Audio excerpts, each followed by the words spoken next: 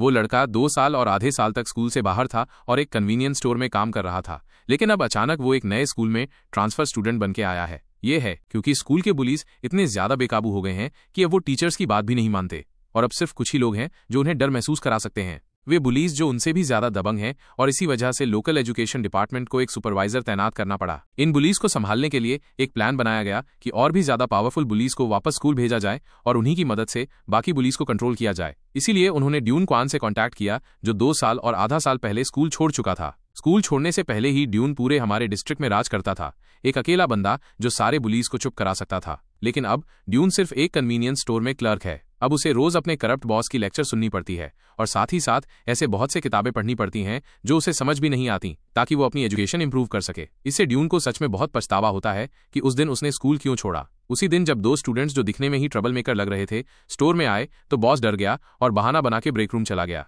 Dune अकेला counter पे था। उस आदमी ने तुरंत अपना टैटू वाला हाथ और घड़ी दिखाते हुए बोला, सिगरेट का एक पैकेट ला। ड्यून थोड़ी देर के लिए कंफ्यूज हो गया। क्या इन दोनों को नहीं पता कि इनसे तो स्टूडेंट्स वाली वाइब आ रही है? फिर उसने पूछा, आईडी कार्ड दिखा सकते हो क्या, वरना मैं कुछ नहीं बेच सकता। उसके साथ खड़ी लड़की नाराज हो गई और बोली, तू एक पार्ट टाइमर होकर इतना ड्रामा क्यों कर रहा है? टैटू वाला आदमी भी गुस्से में आ गया और ड्यून पर पैसे फेंकते हुए बोला, जल्दी ला जो मांग रहा हूं। ड्यून ने फिर भी उन्हें समझाने की कोशिश की, लेकिन तभी उस आदमी ने ड्यून की कॉलर पकड़ ली और चिल्लाया, 4 आंखों वाला कमीना, इंसानी भाषा नहीं समझता क्या? जल्दी दे, इतना भाषण क्यों दे रहा है? ये सब सीन स्टोर के अंदर छिपकर देख रहा बॉस भी साफ देख रहा था। उसने मन ही मन सोचा, पिछली बार भी इन्हीं स्टूडेंट्स ने मुझे मजबूर किया था इन्हें बेचने के लिए। फिर वो जल्दी से बाहर निकला और बोला, क्या तुम बाहर जाकर बात सुलझा सकते हो? अंदर और भी कस्टमर्स हैं। ये सुनते ही ड्यून हैरान रह गया। बॉस सारा झंझट उस पर डाल रहा था। फिर उन लोगों ने ड्यून को पास की एक गली में ले गए। टैटू वाले आदमी ने ड्यून को पकड़ा और बोला, फिर से टफ बनने की कोशिश कर रहा है क्या? लेकिन ड्यून बस शांत खड़ा रहा। ड्यून ने शांत लहजे में कहा, मैं तुझे 3 सेकंड देता हूं, छोड़ दे मुझे।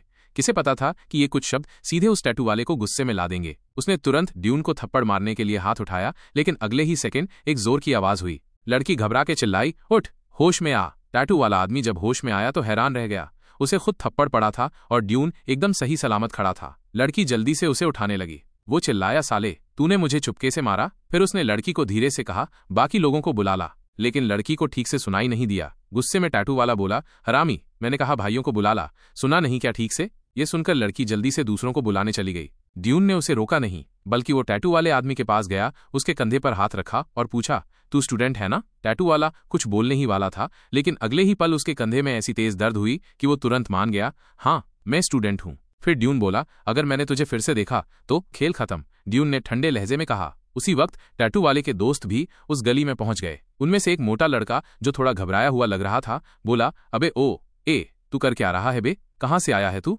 ड्यून ने उस नए लड़के को देखा और थोड़ा कंफ्यूज होकर पूछा, तू भी स्टूडेंट ही है ना? मोटा लड़का तुरंत बोला, मैं हूं ओडी ड्यून, नोंग हाई स्कूल से। मुझे नहीं पता तू कौन है, लेकिन पहले एक थप्पड़ खा ले मेरी तरफ से। ये कहते हुए उसने अपना हाथ उठाया, लेकिन अगले ही पल ड्यून का थप्पड़ सीधा उसके मुंह पर पड़ा। एक ही थप्पड़ में वो बेहोश हो गया। फिर ड्यून ने सबकी तरफ देखा और बोला, मेरे पास तुम लोगों के साथ टाइम वेस्ट करने का टाइम नहीं है, तो सब एक साथ आओ। ये सुनते ही सब उस पर टूट पड़े। उनमें से एक गुस्से में आकर सीधा मुक्का मारते हुए भागा, लेकिन ड्यून ने धीरे से अपना हाथ पॉकेट से निकाला और उसे एक बिजली जैसी तेज थप्पड़ मारी। वो आदमी सीधा उड़ गया। एक और बंदे ने मौका देखकर पीछे से हमला करने की कोशिश की, लेकिन ड्यून साइड में हट गया। फिर ड्यून ने एक जोरदार एल्बो स्ट्राइक मारा, जिससे उस आदमी का चेहरा पूरी तरह से बदल गया। फिर उसने अपनी नजर दूसरे आदमी पर डाली जो अब उस पर चार्ज कर रहा था। ड्यून ने फुर्ती से पलटकर अपनी बॉडी का मोमेंटम लिया और हाथ से उसे एक जबरदस्त घूंसा मारा, जिससे वो आदमी उड़ते हुए पीछे गिरा। अब टैटू वाले ने जमीन से एक बियर की बोतल उठा ली और पलटवार करने की कोशिश की, लेकिन तभी ड्यून का घूंसा उसकी तरफ आया। ड्यून ने उसे पेट में जोर से मारा और इतनी ताकत से मारा कि वो आदमी कई मीटर दूर जा गिरा। अब ड्यून ने आखिरी आदमी को देखा, बस तू ही बचा है, अब तू हमला करने वाला है। गंजा आदमी अब डर के मारे हिलने तक की हिम्मत नहीं कर पा रहा था। उसने सोचा, जरूर यही है, एक ही आदमी में इतनी ताकत हो सकती है। फिर उसने डरते हुए पूछा, क्या तुम वही ड्यून क्वान हो जो डीडोंग हाई स्कूल में पढ़ता था? लड़की जो उसके पास खड़ी थी ये सुनकर हैरान रह गई। उसने कहा, ये ड्यून क्वान है, वही बंदा जिसने पूरे डिस्ट्रिक्ट को सिर्फ एक हफ्ते में एकजुट कर लिया था। लेकिन ड्यून क्वान तो सुना था कि हैंडसम होता था, क्या र्यूमर्स पे भरोसा नहीं किया जा सकता? वो आदमी तुरंत सिर झुकाकर माफी मांगने लगा, हम अंधे थे, आपको पहचान नहीं पाए। ड्यून ने उसका सिर थपथपाया और कहा, तुम्हें शर्म नहीं आती एक ग्रुप बनाकर दिखावा करना और टफ बनने की कोशिश करना? फिर ड्यून ने उससे कहा, जाओ और बाकी सबको उठाओ और उनके सिर जमीन पे झुका दो। फिर ड्यून ने टैटू वाले आदमी पर बैठते हुए कहा, अगर तुम फिर से इस कन्वीनियंस स्टोर में कोई परेशानी पैदा करने की कोशिश करोगे तो मुझसे बुरा मत समझना। इन सभी ट्रबल मेकर्स को निपटाने के बाद ड्यून कन्वीनियंस स्टोर लौटने वाला था, लेकिन तभी उसे एक चश्मे वाली महिला ने रोक लिया। पहले ड्यून को लगा कि शायद वो प्रोडक्ट बेचने आई होगी, लेकिन फिर उसने देखा कि महिला ने अपना विजिटिंग कार्ड निकाला और कहा, मैं आपसे कुछ पूछना चाहती हूँ। असल में वो महिला सामी ली थी, जो गोल्डन ड्रैगन एजुकेशन फाउंडेशन के बुली मैनेजमेंट प्लान की इंचार्ज थी। जब ड्यून ने महिला का प्लान सुना तो वो न चाहते हुए भी सोचने पर मजबूर हो गया कि ये बहुत ही प्रैक्टिकल लगता है। दरअसल ड्यून भी एक वक्त पर बुलिंग का शिकार हो चुका था और किसी भी छोटी सी विरोधाभासी प्रतिक्रिया पर हर बार जब ड्यून थोड़ा भी विरोध करता तो उसे बुरी तरह पीटा जाता। उस समय कोई भी स्टूडेंट उसकी मदद करने के लिए आगे नहीं आता था। यहाँ तक कि टीचर्स भी जब उसे बुली होते देखते तो अनदेखा करके अपनी क्लास पढ़ाते रहते। लेकिन फिर एक दिन एक और ज्यादा खतरनाक बुली ने ड्यून को देख लिया। किसी ने ड्यून की पीठ पर एक नोट चिपका दिया था, इसकी मां नहीं है। संयोग से वो बुली भी ऐसा ही था, उसकी भी मां नहीं थी। जब उसने वो नोट देखा तो उसे बहुत गुस्सा आया। उसने सीधा आकर उन बुलीज को पीट दिया जो ड्यून को परेशान कर रहे थे, और वो सब डर के मारे जवाब तक नहीं दे पाए।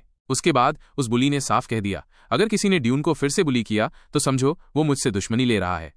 बस उसी दिन के बाद किसी ने भी ड्यून को तंग करने की हिम्मत नहीं की। इस घटना ने ड्यून को एक बात अच्छी तरह समझा दी, स्कूल में किसी बुली का एक शब्द किसी टीचर के पूरे लेक्चर से ज्यादा असरदार होता है। इसके बाद ड्यून ने खुद को ताकतवर बनाने की ठान ली। उसने लगातार ट्रेनिंग की और अलग अलग फाइटिंग टेक्निक सीखी। 2.5 साल की मेहनत के बाद ड्यून पूरी तरह बदल चुका था और अकेले अपने दम पर ड्यून ने पूरे आर डिस्ट्रिक्ट के सारे बुलीज को अकेले ही हरा दिया था और आर डिस्ट्रिक्ट का निस्संदेह राजा बन गया था। लेकिन इसके बाद ड्यून ने स्कूल छोड़ दिया और वही कन्वीनियंस स्टोर क्लर्क बन गया जो वो अब है।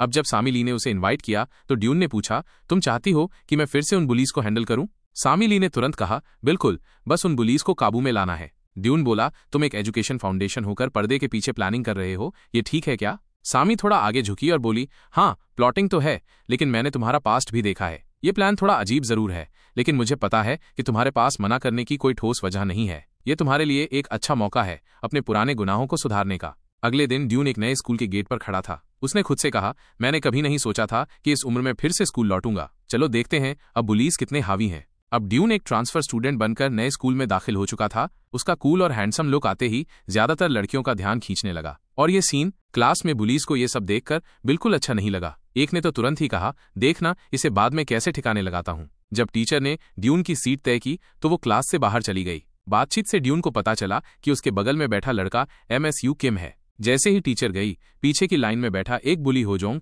धीरे धीरे उठकर ड्यून और किम के पीछे आकर खड़ा हो गया। किम को होजोंग की मौजूदगी का पता ही नहीं चला। अचानक होजोंग ने जोर से किम के सिर पर थप्पड़ मारा। ये सब इतना अचानक हुआ कि ड्यून भी चौंक गया। ये बंदा अचानक क्या कर रहा है? होजोंग ने किम को घूरते हुए कहा, क्या देख रहा है? जा मेरे लिए सॉसेज ब्रेड लेकर आ। किम डर के मारे विरोध भी नहीं कर पाया, बस धीमे से बोला, क्लास शुरू होने वाली है, शायद मैं जा न पाऊं। उसके ये बोलते ही पीछे खड़ा सुनहरे बालों वाला एक और लड़का हंस पड़ा। होजोंग का चेहरा गुस्से से बदल गया। वो चिल्लाया, साले सब अपनी आंखें बंद करो। और अगले ही सेकंड पूरी क्लास ने सच में अपनी आंखें बंद कर ली। जैसे ही सबने अपनी आंखें बंद की, होजोंग ने MSU के चेहरे पर एक और थप्पड़ मारा और बोला, साले जीने की इच्छा नहीं है क्या? जब मैं बोलूं तो जाना होता है, बहस करने की हिम्मत कैसे हुई? ये देखकर ड्यून से रहा नहीं गया। वो कुछ करने ही वाला था, लेकिन उसे सामी ली के वो सारे रूल्स याद आ गए जो उसने उसे दिए थे। ड्यून कंफ्यूज हो गया। उसे समझ नहीं आया कि सामी चाहती है कि वो अभी दखल दे या नहीं। अचानक होजोंग ने ड्यून की तरफ देखा और बोला, तूने क्यों आंखें नहीं बंद की? पता है जिस सीट पर बैठा है वो बंदा मेरे लिए काम करता था, क्यों ना अब तुम दोनों ही मेरे लिए काम करो? ड्यून तो किसी के लिए भाग दौड़ करने वाला नहीं था। उसने सीधा कहा, एक बंदा काफी नहीं है क्या? ये सुनकर होजोंग हंस पड़ा, ओहो, क्या तुम दोनों तय करना चाहते हो कि कौन ज्यादा ताकतवर है? फिर अचानक उसका चेहरा बदल गया। गुस्से में बोला, साले जब मैं कुछ कहूं तो बकवास मत कर, जो कहा है वो कर। ड्यून तब धीरे से खड़ा हुआ और बोला, ठीक है, पर पहले पैसे दे। ये सुनकर होजोंग कुछ सेकंड को सन्न रह गया। उसे ये उम्मीद नहीं थी कि कोई उसके सामने पैसे मांगेगा। गुस्से में आकर उसने ड्यून का सिर पकड़ लिया। साले मुझसे पैसे मांग रहा है? जब मैं कुछ मंगवाऊं तो अपनी जेब से खरीद कर लाना होता है। अब ड्यून से और सहन नहीं हुआ। उसने कहा, तमीज तो तुझमें है ही नहीं, याद रख शुरुआत तूने की है। अगले ही पल ड्यून ने हमला कर दिया। पहला मुक्का सीधा होजोंग की पसलियों में पड़ा, जिससे वो वहीं उल्टी कर बैठा। फिर दूसरा पंच सीधा उसके चेहरे पर लगा। होजोंग का दिमाग घूम गया, लेकिन ड्यून वहीं नहीं रुका। उसने कहा, जब शुरू कर ही दिया है तो अब खत्म भी मैं ही करूंगा। एक और जोरदार पंच उसके चेहरे पर पड़ा और होजोंग बेहोश होकर जमीन पर गिर पड़ा। बगल में खड़ा सुनहरे बालों वाला लड़का ये सब देखकर हक्का बक्का रह गया। ड्यून उसकी तरफ देखकर बोला, हर तरह का कचरा मुझे ही बुली करता है। सुन बे ब्लॉन्डी, बाहर आ, अभी थोड़ी देर पहले तो खूब हंसी आ रही थी ना? इस समय ब्लॉन्डी ड्यून से इतना डर गया था कि हिलने तक की हिम्मत नहीं कर पाया। ड्यून बोला, ठीक है, तू नहीं आएगा तो मैं ही चला आता हूं तेरे पास, और हाँ, दांत भींच कर खड़ा रहियो। ब्लॉन्डी ने तुरंत 2 कदम पीछे लिए। तभी अचानक से एक उड़ता हुआ किक ड्यून की तरफ आया, लेकिन ड्यून ने साइड स्टेप करके उसे आराम से डॉज कर लिया। इसके बाद ब्लॉन्डी ने एक घूंसा मारा। ब्लॉन्डी ने सीधा पंच मारा, लेकिन वो मिस हो गया। फिर एक राइट हुक मारा, वो भी खाली गया। अब वो गुस्से में गालियां देने लगा, साले तू हर बार बच क्यों जाता है। अगले ही सेकंड ड्यून ने एक सुपर हैवी पंच उसके पेट में मारा। एक ही पंच में ब्लॉन्डी कराह उठा जैसे जान ही निकल जाएगी। ड्यून बोला, तू ही तो बोल रहा था कि मैं बचता क्यों हूं, अब देखता हूं कितने और घूंसे झेल पाता है। ब्लॉन्डी तुरंत बोला, सीने पर मत मारना, लोग मर भी सकते हैं। इसी वक्त होजोंग होश में आया और गुस्से में एक कुर्सी उठाकर ड्यून पर मारने के लिए भागा। ड्यून को कोई फिक्र नहीं थी। बोला, पहली बार देखा है कोई इतना मार खाकर भी खड़ा हो जाता है। फिर एक और जोरदार मुक्का होजोंग के चेहरे पर मारा और बोला, बेहतर होगा अब शांति से बैठ जा। फाइनली ड्यून ने होजोंग और ब्लॉन्डी दोनों को घसीटकर क्लासरूम के पीछे फेंक दिया। इसके बाद उसने होजोंग का कॉलर पकड़ते हुए कहा, तेरे को ब्रेड बहुत पसंद है ना, चल अब जा और मेरे लिए भी ले आ। होजोंग बोला, क्या तू सोचता है कि मुझे पीटकर तू क्लास का बॉस बन गया है? मैं बॉस नहीं हूं, पर जब असली बॉस आएगा ना तब तू गया काम से। अचानक क्लासरूम के पीछे वाला दरवाजा खुला। पीछे का दरवाजा खुला और अंदर आया एक लाल बालों वाला लड़का। उसने ड्यून को देखते हुए कहा, तू कौन है जो हमारी क्लास में आकर तमाशा कर रहा है और मेरे आदमियों को मार रहा है? फिर उसने होजोंग और ब्लॉन्डी की हालत देखी और गुस्से में बोला, साले तुम दोनों तो एक बंदे को भी नहीं संभाल पाए। फिर उसने ड्यून की तरफ देखा, और तू नया ट्रांसफर स्टूडेंट होकर पहले ही दिन इतना घमंडी। ड्यून चुपचाप उसे पास आते देखता रहा। चारों तरफ के स्टूडेंट्स धीरे धीरे पीछे हटने लगे, जैसे अभी कोई भयानक फाइट होने वाली हो। लेकिन तभी मैनहो बोला, तुम लोग पीछे क्यों हट रहे हो? किसने कहा कि मैं लड़ने आया हूं?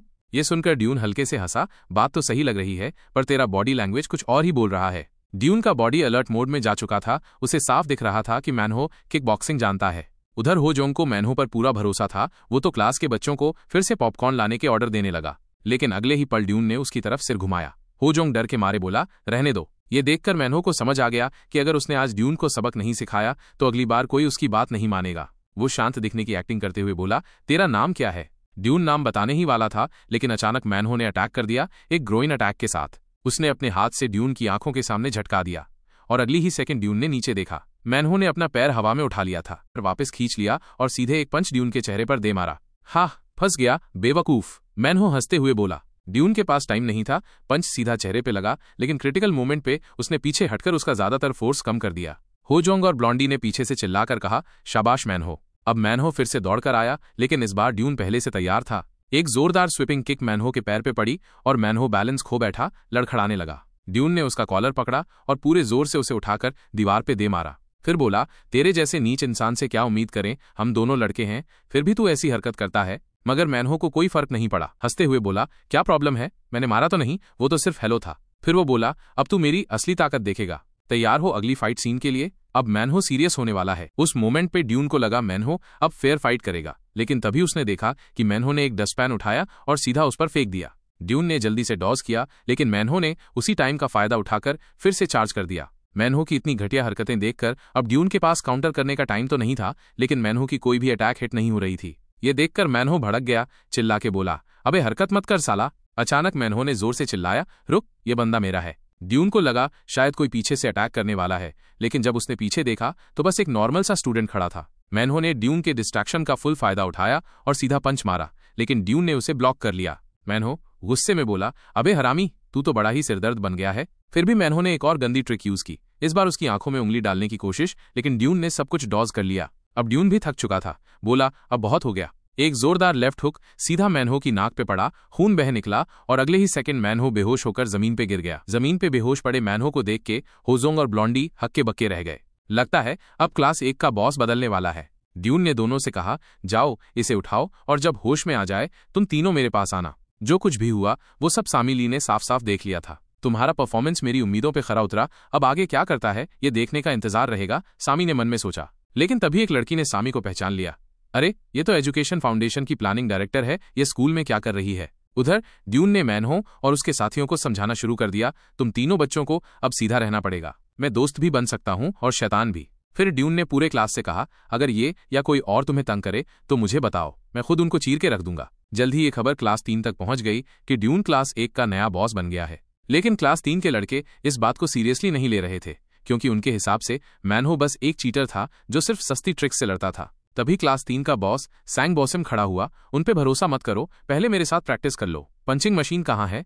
फिर SBO सैंग बॉसम एक स्टूडेंट के पास गया, आज तेरी बारी है। अगले ही सेकंड उसने उस लड़के के पेट में एक जबरदस्त पंच मारा। फिर बोला, अब बता कितने नंबर देगा मेरे पंच को। स्टूडेंट ने बोला 800 और फिर उल्टी कर दी। क्या गंदा है यार, बोला था ना कि मत खाना। दोपहर तक कुछ सैंडबैग तैयार करना, पहले थोड़ी वार्म अप करूंगा, फिर उस ट्रांसफर स्टूडेंट को सबक सिखाऊंगा। उसी टाइम क्लास खत्म हुई। होजोंग ने जम्हाई लेते हुए बोला, कोई है जो मेरे लिए काम पे जाएगा। इतना सुनते ही ड्यून ने उसकी तरफ देखा और बस उसकी एक नजर ने होजोंग को पूरी तरह होश में ला दिया। इस वक्त ब्लॉन्डी जल्दी से होजोंग को याद दिलाने आया, तुम खुद चलो, इसे एक्सरसाइज समझो। लेकिन अगले ही सेकंड होजोंग ने उसे बुरा भला कह दिया, अपने काम से काम रख। ये देखकर ब्लॉन्डी समझ गया और एक दूसरे स्टूडेंट पर चढ़ा हुआ था। ब्लॉन्डी ने जल्दी से उसे उतार दिया। इस वक्त होजोंग भी शिकायती लहजे में बोला, ये स्कूल बिल्कुल नहीं जीने लायक है, अब कोई भी मेरे लिए काम नहीं करता। ब्लॉन्डी ने फिर सुझाया, क्यों ना हम ट्रांसफर स्टूडेंट को स्कूल के बाहर लड़ाई करने के लिए ले जाएं। होजोंग ने पूछा, मैनहो तुम तो जीत ही जाओगे सही। पास में खड़ी एक लड़की को ये सब देखकर सहन नहीं हुआ और उसने मैनहो और होजोंग का मजाक उड़ाया, क्या तुम लोग डरपोक हो। फिर वो ड्यून के पास आई और चापलूसी करते हुए बोली, बिग ब्रदर ड्यून, तुम तो बहुत अच्छे फाइटर हो, अगर हो सके तो क्या तुम मेरे साथ जियो जित्सु प्रैक्टिस करोगे। लड़की ने फिर देखा कि ड्यून असल में ब्लैकबोर्ड पर नोट्स पढ़ रहा था, लेकिन ड्यून ने उसे बिल्कुल भी नजरअंदाज किया। लड़की को इससे काफी शर्मिंदगी महसूस हुई क्योंकि उसे इग्नोर किया गया था। उसने फिर मैनहो और बाकी सब पर गुस्से में आकर चिल्लाया, तुम लोग बेकार हो, तुम सबको पढ़ाई करनी चाहिए, बदला लेने के बारे में सोचना बंद करो। बदले की बात सुनकर मैनहो को अचानक ख्याल आया कि अब जबकि उसे ड्यून से हार मिली है तो मोंगजोंग किम क्लास 2 से और सैंगोशिम क्लास 3 से जरूर आकर उसे ढूंढेंगे। मैनहो को अब ये समझ में आ गया था कि अगर वो ड्यून को हरा देते हैं तो वो भी उनके अंडरलिंग्स बन जाएंगे। होजोंग ने यह सुना और घबराया, हमें कुछ सोचना पड़ेगा, मैं तो उनकी अंडरलिंग बनना नहीं चाहता। लेकिन अगले ही सेकंड क्लास 2 के बॉस मोंगजोंग किम का आना हुआ, जो मैनहो को देखकर मुस्कुरा रहा था। उसने मैनहो का मजाक उड़ाया, तुम अब भी जिंदा हो, मैंने सुना था तुम आधे मरे पड़े थे, कल रात क्या नींद में थे, मैंने सुना तुम तो मार खाने के बाद सो गए थे। होजोंग ने यह सुना और तुरंत गुस्से में आ गया, क्या तुम हमें मजाक उड़ाने आए हो। मैनहो ने भी खड़ा होकर कहा, अगर लड़ना है तो बताओ। फिर उसने टेबल से एक पेन उठाया और कहा, अब तुम्हें फिर से पेशाब करने का अनुभव दिलाऊंगा। मोंगजोंग किम ने हंसी उड़ाते हुए कहा, तुम जैसे पंख को अब भी हथियार के साथ लड़ा जा रहा है। मैनहो ने बिना ज्यादा बात किए आगे बढ़ते हुए कहा, बस अब तुम्हें मार खाने का इंतजार करो। मोंगजोंग किम ने जवाब दिया, देखते हैं इस बार कौन हारता है। तभी दोनों के बीच लड़ाई शुरू होने ही वाली थी कि एक आवाज आई, तुम लोग सच में बहुत शोर कर रहे हो। ड्यून ने अपनी चश्मा ठीक करते हुए कहा, तुम लोग मेरी पढ़ाई में खलल डाल रहे हो। मैनहो ने यह सुना और तुरंत चुप होकर अपनी सीट पर वापस बैठ गया। मोंगजोंग किम ने ड्यून को देखा और कहा, तो ये है वो ट्रांसफर स्टूडेंट जिसने मैनहो को हराया। फिर उसने मैनहो से कहा, लगता है अब मुझे तुझसे निपटने में समय नहीं गंवाना पड़ेगा। होजोंग बहुत गुस्से में था, सोच रहा था कि ड्यून को अच्छा सबक सिखाया जाए। तभी योंग जून किम और उसके फॉलोअर्स धीरे धीरे ड्यून के पास आए। उसने ड्यून को इशारे से दिखाते हुए पूछा, क्या ये वही लड़का है। और फिर हंसी उड़ाकर बोला, ये तो बस एक किताबों में खोया हुआ लड़का लगता है, जैसे कोई हारने वाला लूजर हो। फिर मोंगजोंग किम ड्यून के पास झुका और कहा, क्या तुमने अभी जो कहा था वही फिर से कहो, अगर हिम्मत हो तो। लेकिन ड्यून ने मोंगजोंग किम को बिल्कुल नजरअंदाज किया। मोंगजोंग किम ने सोचा कि उसने ड्यून को डरा दिया है, तो उसने ड्यून के हाथ को पकड़ने की कोशिश की जो नोट्स ले रहा था। लेकिन अगले ही सेकंड ड्यून ने उसका हाथ कसकर पकड़ लिया और उसकी उंगलियों को पीछे की तरफ मोड़ दिया। अचानक हुए दर्द से मोंगजोंग किम के चेहरे पर नसें उभर आईं और उसने लाचारी से कहा, कृपया छोड़ दो, मुझे मार डालोगे। ड्यून ने कहा, मैं अपनी नोट्स को सही कर रहा हूं, अगर तुम्हें अपनी उंगलियां बचानी हैं तो अगली बार मुझे देखो। मोंगजोंग किम ने बस समझ गया कहा और ड्यून ने उसे छोड़ दिया। लेकिन अगले ही सेकंड मोंगजोंग किम ने अपनी मुट्ठी ड्यून की तरफ फेंकी। ड्यून ने अपनी पीठ पीछे झुकते हुए हाथ बढ़ाया और मोंगजोंग किम की मुट्ठी को ब्लॉक किया। फिर उसे थप्पड़ मारकर इतनी जोर से फेंका कि मोंगजोंग किम सीधा फ्लोर पर गिरा। वो बेहोश हो गया। ड्यून ने कहा, तो ये है क्लास 2 का बॉस, इतना जल्दी मुसीबत क्यों ढूंढने आया था, मैं तो इसे अगली बार निपटाने का सोच रहा था। फिर ड्यून ने मोंगजोंग किम के अंडरलिंग से कहा, जब वो होश में आए तो उसे बताना कि अगर फिर से मैंने उसे आलसी पाया तो मैं उसे खत्म कर दूंगा। जब मोंगजोंग किम को क्लास 1 से ले जाया गया, ड्यून को ऐसा लगा जैसे वो कोई सपना देख रहा हो। उसने कभी नहीं सोचा था कि वो क्लास 2 को भी ऐसे निपटा देगा। मैनहो और बाकी लोग भी हैरान थे। होजोंग ने तुरंत कहा, कहते हैं दूसरों को माफ करना बदला लेने से 100 गुना ज्यादा कूल होता है। मैंने तो फैसला किया है कि अब मैं इन सबको माफ कर दूंगा। ट्रांसफर स्टूडेंट, यहां तक कि ब्लॉन्ड भी बोला, मैं भी यही सोचता हूं कि पढ़ाई ज्यादा जरूरी है। लेकिन उन्होंने नहीं देखा कि क्लास 3 के लोग, जिसमें सांग बोसिम भी था, आ गए थे। एसबी ओशिम ने आते ही कहा, मुझे सुना है कि तुमने मैनहो को पीट दिया। होजोंग चुप हो गया। ये वही पुरानी फीलिंग थी, क्या तुम दोनों ने ये सब प्लान किया था। लेकिन एसबीओ ने सीधे कहा, चिंता मत करो, मुझे तुमसे कोई लेना देना नहीं है। फिर वो सीधे ड्यून के पास गए और उसे घेर लिया। ड्यून ने मजबूरी में कहा, लगता है मुझे अगली बार नोट्स लेने होंगे। एसबी ओशिम ने एमएसयू किम को पाठ किया और कहा, क्या तुम जा सकते हो, हमारे पास बात करने के लिए एक खास शख्स है। फिर सांग बोसिम ने ड्यून के पास बैठते हुए चिढ़ाया, तुम पढ़ाई कर रहे हो, क्या तुम्हारा कैरेक्टर अच्छे स्टूडेंट का है। मैं सांग बोसिम हूँ, क्लास 3 से। मुझे सुना है तुमने मैनहो को हराया और मुझे सच में चिंता हो रही है कि तुम सबको परेशान करने लगोगे। ये सुनकर ड्यून ने अपनी चश्मा उतारी और कहा, तुम लोग कभी नहीं थकते हो, कितने अनोइंग हो, बस बात को सीधे कहो। तुम जैसे लोग जो हमेशा अपने अंडरलिंग्स लेकर आते हो वो ज्यादा ताकतवर नहीं हो सकते। तुम्हें लगता है तुम ज्यादा ताकतवर हो? ये सुनकर एसबीओ हंसा, तुम दिलचस्प हो, लगता है तुम्हारे पास हिम्मत है, लेकिन इस समय मैंने लड़ाई नहीं करने का फैसला किया। फिर उसने कहा, स्कूल के बाद मिलते हैं, तुम तैयार रहना, मैं उस हारने वाले मैनहो जैसा नहीं हूं। ऐसा कहकर वो अपने साथियों के साथ वहां से चला गया। ड्यून को बस चुप रहकर ये सब सुनना पड़ा। क्या मैं स्कूल में पहले दिन इतना पॉपुलर हो गया हूं? लगता है मुझे स्कूल लाइफ का मजा सही से नहीं लेने दिया जाएगा। ड्यून की तरफ बढ़ते हुए मैनहो ने उसके पास आकर पूछा, क्या मैं यहां बैठ सकता हूं? लेकिन ड्यून ने सीधे इनकार कर दिया। फिर भी मैनहो ने कुर्सी खींची और बैठने की तैयारी की, कहते हुए, सांग बोसिम सही कह रहा है, वो हमसे अलग है, वो लड़ाई का असली एक्सपर्ट है। ड्यून ने बेमन से जवाब दिया, तो क्या? इसके अलावा मैंने तो नहीं कहा था कि तुम यहाँ बैठ सकते हो। मैनहो ने कहा, मैं तुम्हारी मदद करना चाहता हूँ। ड्यून ने उसे संदेह भरी नजरों से देखा, क्या चाल चल रहे हो? मैनहो ने कहा, मैं तुम्हारी मदद कर सकता हूँ सॉसिम को हराने में, लेकिन ड्यून ने जवाब दिया, कोई जरूरत नहीं। मैनहो ने जैसे सुना ही नहीं और बोला, सॉसिम बचपन से ही बॉक्सिंग की प्रैक्टिस कर रहा है, लेकिन इस लड़के को बॉक्सिंग मुकाबलों में कोई दिलचस्पी नहीं है। वो सिर्फ एक वजह से बॉक्सिंग करता है और वो वजह है इंसान के पंचिंग बैग्स को मारना। जल्द ही लंच का वक्त आ गया और ड्यून कैफेटेरिया में खाने के लिए गया। ये देखकर ड्यून का मुंह भी पानी पानी हो गया, क्योंकि काफी वक्त बाद कैफेटेरिया में खाना खा रहा था। हाल ही में वो केवल कन्वीनियंस स्टोर से एक्सपायर फूड खा रहा था। इसके अलावा ड्यून की हैंडसम अपीयरेंस ने भी बहुत सारी नजरें अपनी ओर खींच लीं, जिनमें दूसरे क्लास के बुलीज भी शामिल थे, जैसे कि क्लास 7 के पीई स्पेशलिस्ट क्लास के लीडर सागू और क्लास 8 के एंटरटेनमेंट क्लास के लीडर डुइक क्वाक। ड्यून की खबर, मैनहो और मयांग जंग किम को हराने की खबर पहले ही सबके कानों तक पहुंच चुकी थी, लेकिन तुरंत किसी ने भी ड्यून से उलझने की कोशिश नहीं की। सभी को ये पता था कि एसबी ओशिम स्कूल के बाद ड्यून से लड़ेगा, फिर सबको ये पता चलेगा कि क्या ड्यून सच में लड़ाई में माहिर है। इस बीच मैनहो और बाकी सब ड्यून के साथ बैठकर खा रहे थे। मैनहो अभी भी ड्यून को एसबी ओशिम से सावधान रहने के लिए कह रहा था, लेकिन ड्यून ने इसे ज्यादा ध्यान नहीं दिया। फिर ड्यून ने मैनहो से पूछा, तुमने पहले उससे लड़ा था, तो फिर तुम इतना क्यों डर रहे हो और क्यों मेरी मदद कर रहे हो? मैनहो ने लंबी सांस ली और कहा, क्योंकि मेरा लड़ाई एसबी ओशिम से पहले पूरी नहीं हुई थी। पिछले लड़ाई में मैं लगभग पूरी तरह से उसे हरा चुका था, लेकिन वो बहुत अच्छा दूर से लड़ा था और उसके कदम बहुत तेज थे, जिससे मुझे उसे मारना मुश्किल हो रहा था। लेकिन वो हमेशा मौका ढूंढता था और मुझे हमला करता था। जब मैं हारने वाला था, तब मैंने उसे कोने में धकेलकर जीत हासिल की। मुझे अपनी एक लंबे समय से बंद सीक्रेट तकनीक का इस्तेमाल करना पड़ा। वो था ग्रोइन अटैक। एसबी ओशिम, जो अपनी कमजोरी के कारण फंसा था, मुझे हार मानने पर मजबूर हो गया। लेकिन बाद में इस आदमी ने अपनी हार नहीं मानी। मैंने कसम खाई थी कि मैं कुछ भी गलत नहीं करूंगा, लेकिन किसी ने मेरी जीत को मान्यता नहीं दी। ड्यून ये सब सुनकर चुप हो गया। फिर उसने कहा, यह तो साफ है, कोई भी इस जीत को स्वीकार नहीं करेगा। मैनहो ने फिर कहा, इसके बाद एसबी ओशिम ने मुझसे कभी रीमैच की चुनौती नहीं दी, और क्यों मैं तुम्हारी मदद कर रहा हूं वो ये है कि अगर तुम हार गए तो हम सबको उसके अंडरलिंग्स बनना पड़ेगा। ये वाला एपिसोड यहीं पे कंप्लीट होता है, तो मिलते हैं अगले एपिसोड में।